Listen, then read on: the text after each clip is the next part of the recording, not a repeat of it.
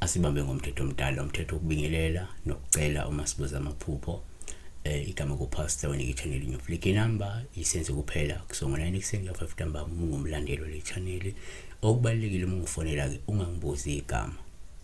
Please sichaze wena njengomuntu osuke ufuna usizo bese usho inkinga yakho kuphela.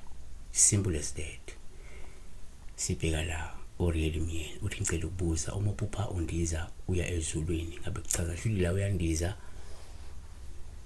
she or he is flying higher heading to heaven or going to heaven as if he or she is going to heaven ubheke ezulwini yabo andisele mafini ebheke ezulwini naku ke singakusho if you see yourself flying high going to heaven or flying above the sky going to heaven undiza ngaphezulu kwamafu ubheke ezulwini undiza ubheke ezulwini.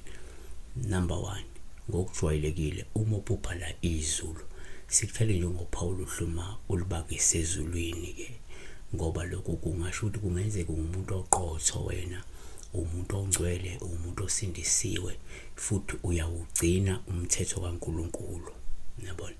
Izenzo 7 verse 56 wathi bheka ngibona izulu livuliwe nendodana yomuntu imi ngasekunene sikaNkuluNkulu. Number 2 futhi ke uma uphupha izulu kuPaul uhluma engathi ulibangise ezulwini noma undiza ubheke ezulwini lokho kungabuye kusho ukuthi ungase uthola ukuhlonishwa uphinde uvelele noma ube nodumo olukhulu emkhakheni wakho. Izenzo 10 verse 11 wabona izulu livulekile nesitshe esithile sehla njengendwangu enkulu sehliselwe emhlabeni ngamachopho amane. Number 3 kuyenzeka futhi kwesinye isikhathi uma uphupha izulu kuba uPaul uhluma ukuthi usibona angathi ubheke ezulwini ngoba lokho kungakhomba ukuthi uzolondeka kanye nezinga lokuphila lizobe libe ngcono uphinde wena ube nenjabulo. Amahubo 78 verse 23 nokho wayala mafu phezulu avula iminyango yezulu.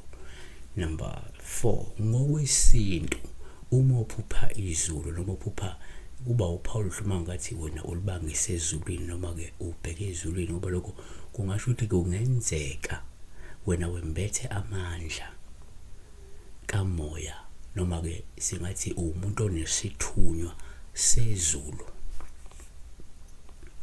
Number 5 futhi uma uphupha la kungathi ubheke ezulwini sikuthale ngoPaul lo ngoba kungabe kukhombeke nje ukuthi hayi indlela yakhe iyakhanya yabona yasezulwini. So uma indlela yakhe isikhanya esiqondile yasezulwini okwenza mhlawumbe wena uma udlule emhlabeni umuntu vele uzohamba ubheke ezulwini mhlawumbe usebenze kahle yabo. uGenesis 7 verse 11 ngomnyaka wamakhulu ayisithupha wokuhamba kukaNoah ngenyanga yesibili ngosuku lweshumi nesikhombisa lwenyanga ngalolu suku imithombo yonke yodwa yabhoboka nomfastela sezulwini avuleka.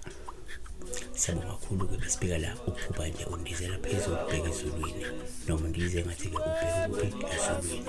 Siyabonga, be blessed.